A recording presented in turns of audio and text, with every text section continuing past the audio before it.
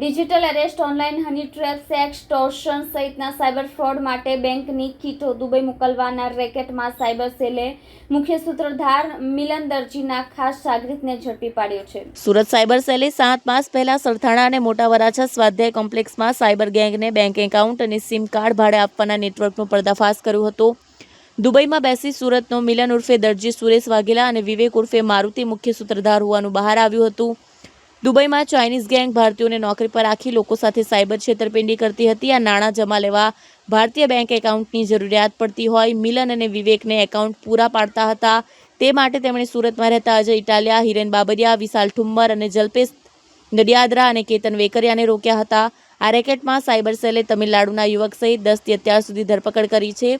પોલીસના જણાવ્યા પ્રમાણે મિલન દરજીના ઇશારે તેના સાગરીતો સુરત, નવસારી, ભાવનગરમાં ફરી લોકો પાસેથી 10 થી 15 હજાર રૂપિયામાં એકાઉન્ટ લઈ આવતા એજન્ટને તેની ટકાવારી આપી મિલનનો સંપર્ક કરાતો હતો. સાયબર સેલે આ ગુનામાં અનિલ નાનુભાઈ ખેનીની ધરપકડ કરી હતી. વોન્ટેડ આરોપી મિલન દરજીના ઇશારે અનિલ દુબઈ ખાતે રહી POS મશીન દ્વારા દિરામ વિડ્રોલ કરવાનું કામ કરતો હતો. તેને બેંક કીટો કમિશનથી મેળવી દુબઈ મિલન દરજીને આપી હતી.